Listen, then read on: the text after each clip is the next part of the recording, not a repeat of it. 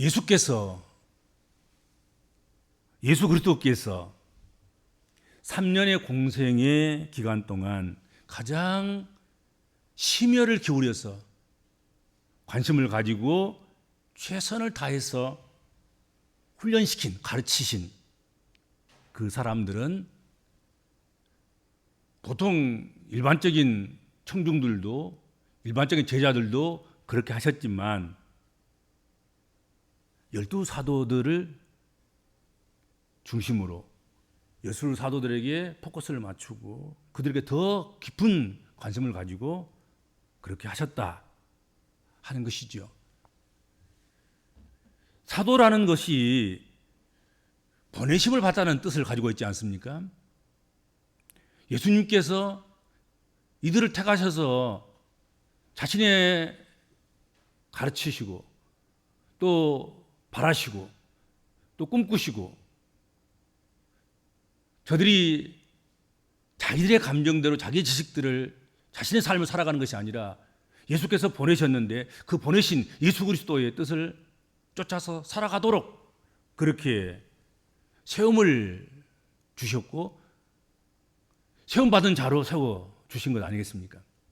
그래서 누구보다도 어떤 무리들보다도 더 깊은 사랑과 관심을 가지고 또 배려를 가지고 12사도를 훈련시켰다 하는 것은 변함없는 사실일 것입니다.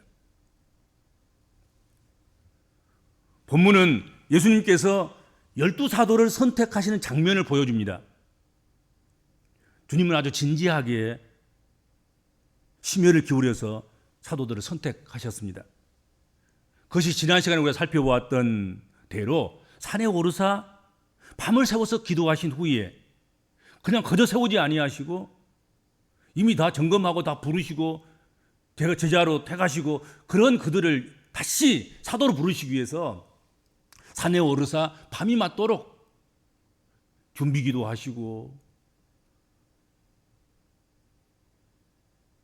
내가 하려는 이 일이 또 내가 세우려고 하는 12사도가 이것이 아버지 뜻과 합당한가?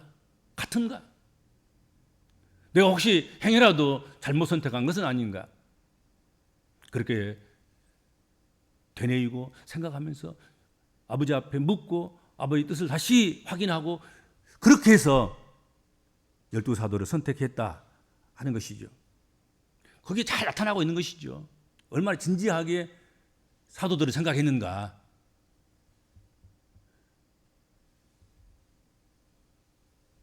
뭐 그렇게 선택한 사도들 중에는 뭐 어부도 있고 뭐 세금 징수원도 있고 뭐 혁명가도 있을 수도 있을 것이고 그 기질적으로 뭐 급한 사람도 있을 것이고 또 느린 사람도 있을 것이고 아주 독특한 그런 기질을 가진 그런 사람들이 모여져 있는 그런 무리가 12사도였다 하는 것이죠.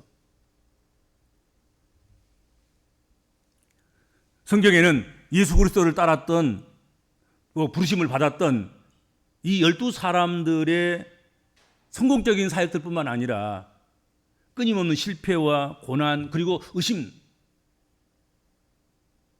그런 것들까지 다 기록되어 있는 것이죠. 좋은 것만 기록하고 있는 건 아니에요. 12사도들 중에서도 많이 기록된 사람은 많이 기록되고 적게 기록된 사람은 적게 기록되고 좋은 것들을 기록한 사람들도 있지만 그렇지 않은 사람들도 있고 그렇지요.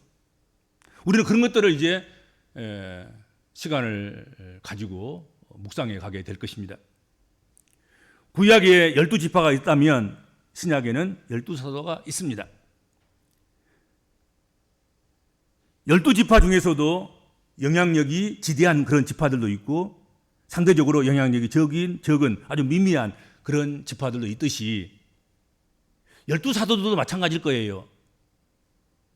베드로같이 활동 기록이 아주 풍부한 그래서 제한을 두고 그리고 많은 내용들을 삭제해야 되고 그래야만이 뭐 1시간 동안 우리가 그 사도의 인물론을 우리가 다룰 수도 있겠지만 어떤 사람들은 뭐 역사를 찾아서 내용을 찾아서 보충해야만 한 시간 설교거리가 나올 수 있을 만큼 그렇게 아주 미미한 그런 사도들도 있지요.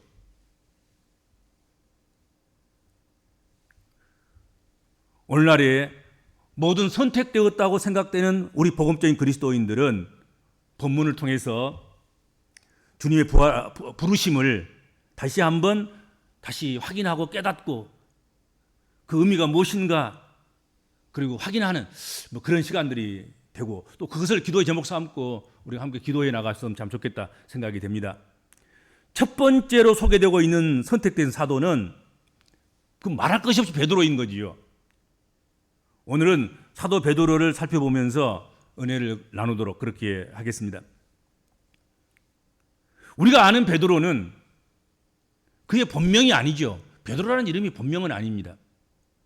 그의 본명은 시몬이었습니다. 시몬은 당시 아주 흔한 그런 이름이었습니다. 그래서 이런 이름 몰라도 예수님은 시몬의 이름을 그대로 사용하지 않으시고 그에게 시몬 외에 베드로라는 이름을 더하여 주셨습니다. 시몬은 히브리어 시므온에서 왔습니다. 시므온의 뜻은 들음이라는 의미이지요.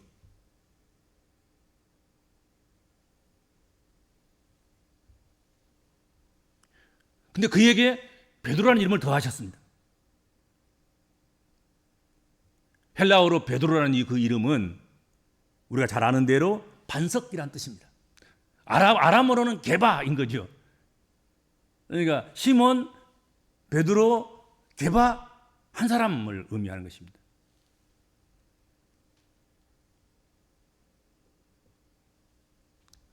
그리고 예수께서는 시몬을 개명을 시켜주신 것이 아니라 시몬 이름 그대로 쓰시고 그대로 사용하기도 하시고 그렇죠? 그래서 시몬 베드로라고 같이 우리가 있지요. 베드로라는 이름을 더해 준 거예요. 게바라는 이름을 그냥 더해 준 것이죠.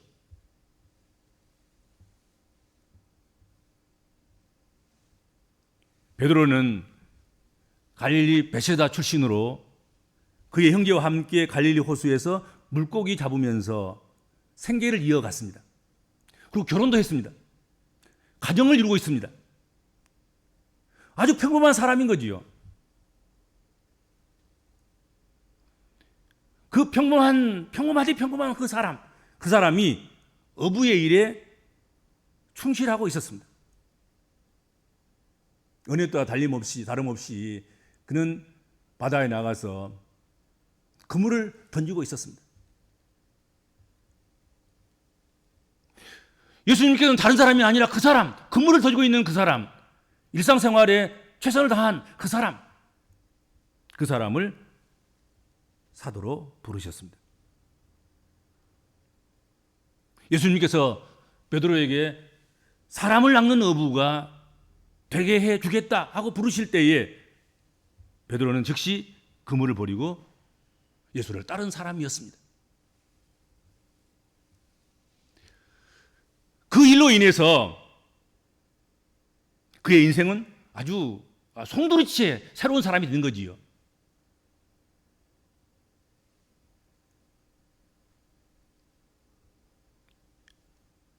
그렇게 예수님의 부르심에 망설이지 않고 응답했던 그 베드로, 그는 야고보와 요한과 함께 예수님의 가장 가까운 그런 핵심적인 그런 사람으로서 그런 사역을 감당하는 놀라운 활동을 했습니다.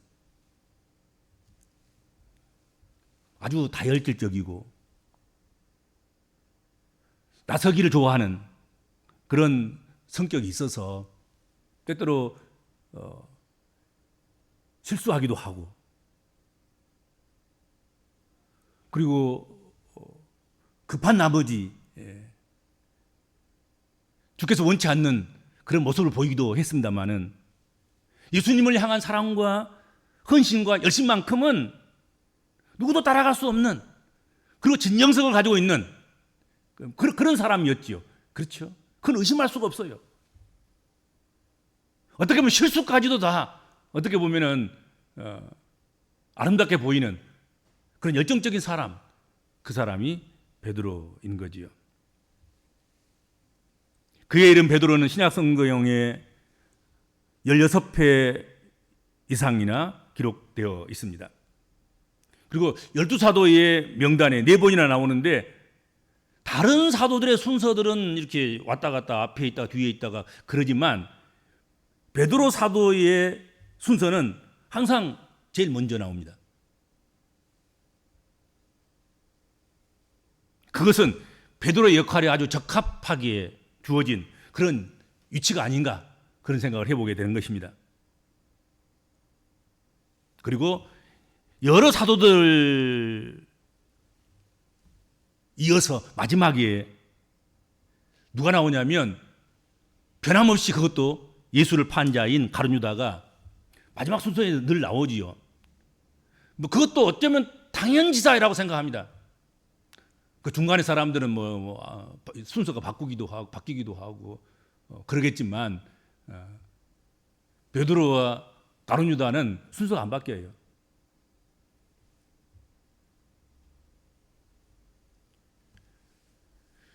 베드로의 생애를 생각할 때, 베드로의 생애를 이야기할 때 빼놓을 수 없는 두 가지 상반된 사건이 있습니다. 한 사람이 왜 저러나 싶을 만큼 상반된 그런 모습이 성경에 나오지요.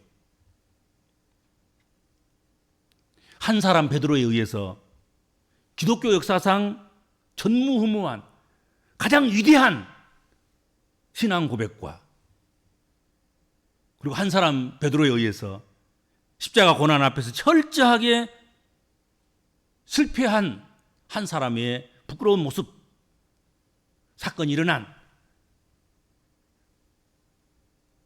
그 일을 한 인격 안에서 가지고 있는 그 사람, 그가 베드로였다 하는 것이지요. 어느 날 예수님이 너희는 나를 누구라고 하느냐 하고 그 물으신 질문에 주는 그리스도시요 살아계신 하나님의 아들이십니다 라고 고백했습니다. 주님으로부터 얼마나 많은 큰 이러한 위안과 칭찬과 그리고 격려를 받았는지 성경이 이렇게 기록하고 있습니다. 바요나 시몬아 네가 복이 있도다. 이를 네게 알게 한 이는 혈육이 아니고 하늘에 계신 내 아버지시니라. 그렇게 칭찬했고 그 칭찬을 오롯이 다른 제자들 앞에서와 그리고 많은 사람들 앞에서 그 칭찬을 받을 수 있었습니다.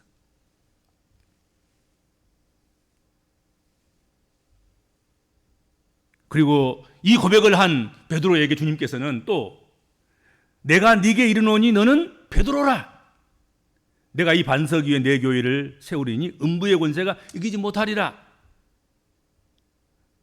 내가 천국 열쇠를 내게 주리니 네가 땅에서 무엇이든지 매면 하늘에서도 매일 것이고 네가 땅에서 무엇이든지 풀면 하늘에서도 풀리리라. 그런 약속을 그에게 주셨습니다.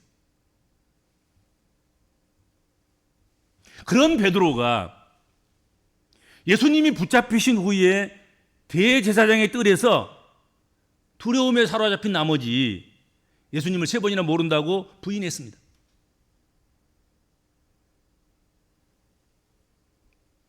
죽기까지 주님을 따르겠다던 그의 호언장담은 생명의 위협 앞에서 산산이 조각이 나고 말았습니다. 그러나 닭울음 소리를 듣고 주님의 말씀이 떠올라서 밖으로 나가서 이미 통곡했습니다. 통곡했다는 말은 회개했다는 뜻이겠죠. 내가 왜 이렇게 약해졌을까? 내가 왜 이렇게 생명을 내어 맡기지 못하고 내 생명 조금 연장하자고 아끼자 하고 내 주님을 내가 부인하고 내가 모른다고 했을까? 그런 것이 생각나고 주께서 또 네가 닭 울기 전에 나를 부인하리라 하시던 그 말씀이 생각나서 통회하고 자복하는 통곡의 눈물을 흘리는, 회개의 눈물을 흘리는 그런 일을 했다. 성경 그렇게 말씀하고 있지요. 이렇게 회개한 후에 주님으로부터 네가 나를 사랑하느냐 하고 세 번이나 확인을 받으셨고, 그리고 확인을 받을 때마다 대답했고, 그리고 그런 베드로에게 내 양을 먹이라고 사명을 주셨고, 그리고 그는 그 사명을 잘 감당하는 그런 사람이 되었다. 성경 그렇게 말씀하고 있습니다. 마가의 다락방에 성령 강림 이후에 성령 충만을 받은 베드로는 완전히 새 사람으로 거듭나게 됩니다. 두려움에 떨면서 멀찌감치 예수님을 따라가면서 결과를 보면서 어떻게 해야지 결과에 따라서 결과가 좋으면 이렇게 하고 결과가 나쁘면 저렇게 하고 그렇게 주판을 땡기면서 작은 계집종조차도 두려워해서 그 앞에서조차도 예수님 모른다고 부인하고 저주까지 하면서 부인하는 비겁한 그 베드로가, 그런 베드로는 온데간데 없이 이제는 죽음도 전혀 부끄럽지 않고 이미 지금까지 해왔던 그런 수치스러운 일들도 다시 재론하지 않고 조금도 놀라지 않는 상태 속에서 그는 주의 맡기신 사역을 감당했습니다. 초대교회의 든든한 영적 반석이 될 수가 있었습니다. 마가의 다락방 오순절 성령 강림 후에 그는 하루에 3,000명의 회심을 이끄는 그런 주역이 되었습니다. 이것은 성서나에나 나올 아주 역사적인 사건인 게 초기교회. 그런 역사가 어디 있겠습니까? 베드로가 한 번 설교했는데 3,000명이 회개하고 돌아온 거잖아요. 성전 미문에 앉아서 구걸하던 안진뱅이를 일으켜 세웠습니다. 그 유명한 거 잘 아시잖아요. 네가 원하는 은과 금은 내게 없지만 내게 있는 것 예수 그리스도 이름으로 명하노니 일어나 걸어가라. 예수를 모른다고 부인하던 그가, 얼굴을 들 수도 없는 그가 성령 충만해가지고 이제 완전히 새 사람이 되어져서 성전으로 들어가는 그들을 향해서, 그리고 자신만을 바라보면서 한 번 줄까를 기대하는 그 안진뱅이를 바라보면서 나를 보라, 우리를 보라. 그리고 그 선포를 한 거예요. 주의 이름으로 일어나 걸어라. 그래서 안진뱅이를 일으켜 세우는 놀라운 역사를 일으켜 놓았습니다. 죽은 자를 살리는 기적을 행하기도 하면서 예루살렘 교회의 명실상부한 그런 최고의 지도자가 된 것이죠. 그는 그의 서신 베드로 전후서를 남겼습니다. 예수님은 짧은 글하나도 남기지 않으셨는데 예수님의 제자인 베드로는 그래도 베드로 전서와 후서를 남겼습니다.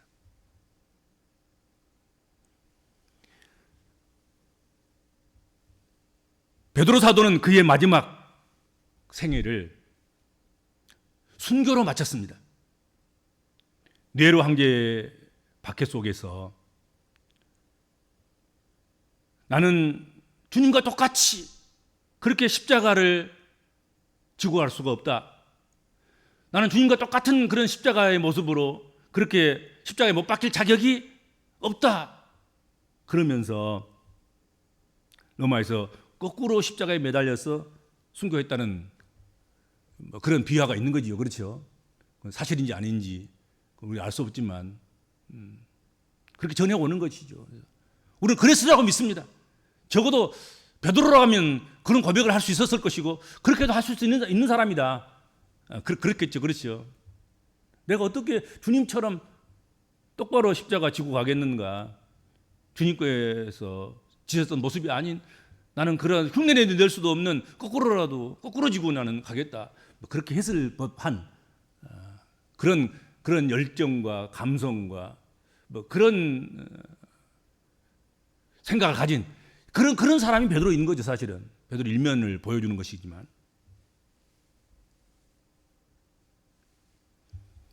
보통의 소시민, 고기 잡는 어부, 기혼자, 성격의 변화가 많은, 너무나도 많아도 너무 많은, 굴곡이 너무 심한 그런 사람이었음에도 불구하고 가장 위대한 사도의 일을 그는 감당했습니다. 나는 소시민이에요.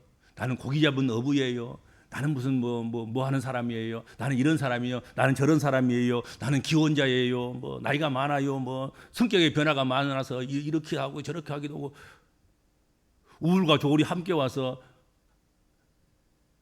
종잡을 수 없는 사람이에요. 뭐 이렇게 저렇게 자기를 평가하기도 하고 그렇게 말할 수도 있겠고 하지만 뭐 베드로도 마찬가지죠.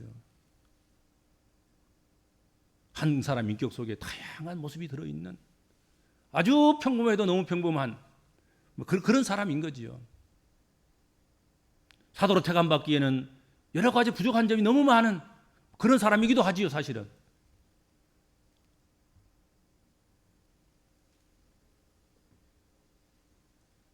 그러나 그 사람을 주님께서는 사도로 택하셨고 그를 붙잡아서 하나님께서는 그 아들이 보내신 자인 사도로서 삶을 충실히 살아내도록 그렇게 도와주셨고 그렇게 해서 그 일을 잘 감당했다 하는 것이죠.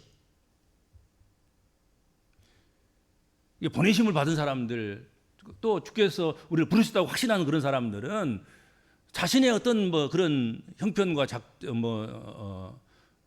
자신의 모습과 또 부족함과 또 상황과 분위기와 또 자신의 은사와 은혜와 또 자신의 주어진 것들이 어떻든 그 관계없이 확실하게 하나님께서 나를 부르셨고 하나님께서 나를 부르셔서 세우셔서 나를 보내시기 위해서 하나님의 뜻을 위해서 사용하기 위해서 내 뜻이 아닌 주님의 뜻을 전하도록 하기 위해서 또 실행하도록 하기 위해서 우리를 보내셨다.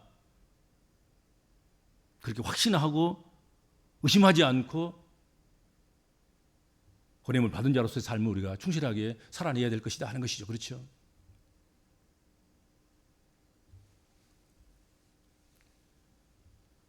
베드로는 우리처럼 수없이 넘어지고 실수하고 두려워했던 그런 연약한 인간임에도 불구하고 끝까지 포기하지 않으시는 주님의 사랑과 성령의 은혜로 마침내 위대한 사도로 만들어졌고 사명을 완수했습니다. 우리도 마찬가지죠. 우리가 하는 게 아닌 거예요. 우리를 보내신 자가 하시는 거지요. 그분의 사랑으로 그분이 오래 참아주셔서 기다려주심으로 말미암아서 우리가 사명을 완수하는 것이지 우리의 능력만 가지고 하는 것이 아니다 하는 것이죠.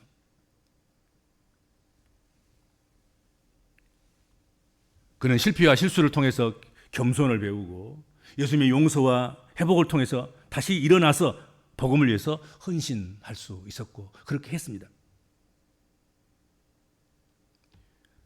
그의 생애와 삶은 오늘을 살아가는 우리 복음적인 그리스도인들이 하나님의 뜻에 신실하게 응답하는 어떻게 보면 사도의 본, 제자의 본, 믿는 사람의 본, 그리스도인들의 본을 보여주고 있다. 그렇게 생각이 됩니다.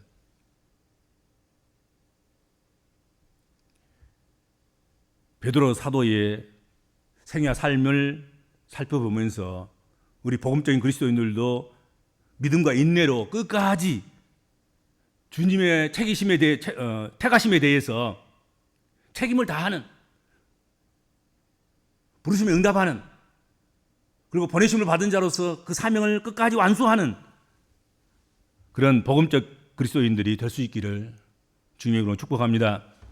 주님 감사합니다. 저희가 무엇이 가는데 하나님의 자녀 삼아 주시고 일꾼 삼아 주셔서 우리를 주목하시고 우리를 양육하시고 훈련하셔서 주의 뜻을 우리에게 짊어 주어서 우리를 내보내셔서 그 일을 감당하게 하시는지 주님, 저희 힘으로는 부족하고 감당할 수 없으나 주님이 기다려 주시고 인내하시며 참아 주시고 견뎌내 주시고 사랑하심으로 말미암아서 주님의 우리를 세우시고 보내신 그 뜻을 우리가 감당케 되는 줄로 믿습니다. 우리 하나님, 우리 한 사람 한 사람을 복음적인 그리스도인으로 세워주셨사오니 이 말세지말 가운데서 우리의 사명을 감당해내는 충성스러운 복음적인 그리스도인들이 될 수 있도록 우리를 외면하지 마옵시고 늘 눈동자같이 살피시며 우리의 기도를 들어주시며 우리를 통해서 주께서 우리에게 맡겨주신 일들 감당해내도록 도우시고 인도하시고 가르치시고 축복하여 주옵소서. 주의 몸된 교회에 우리를 보내셔서 이곳에서 주의 일꾼으로 세워지게 하시고 또 양육받게 하시며 주님 날마다 주께서 주의 진리로 우리를 훈련하여 주셔서 세상에 파송하시며 주의 일을 감당하도록 주께서 우리를 이끌어 주셨사오니 또 주시고 계시오니 작은 일일지라도 눈에 배어 보이는 것이 없다 할지라도 주께서 우리에게 맡겨주신 그 일들을 부끄러워하지 않고 또 낙심하지 않고 포기하지 않고 작은 것이지만 잘 감당해내는 그런 저희들 될 수 있도록 도와주시고 단번에 순교는 할 수 없고 그것이 힘든다 할지라도 매일매일 작은 일을 위해서 또 우리에게 맡겨준 일들을 위해서 또 삶을 통해서 우리가 날마다 그리스도를 위해서 죽어지는 그런 삶을 살아가는 우리 복된 그리스도인들이 되도록 지켜주시고 함께하여 주옵소서. 감사하며 예수님의 이름으로 간절히 기도하옵나이다. 아멘.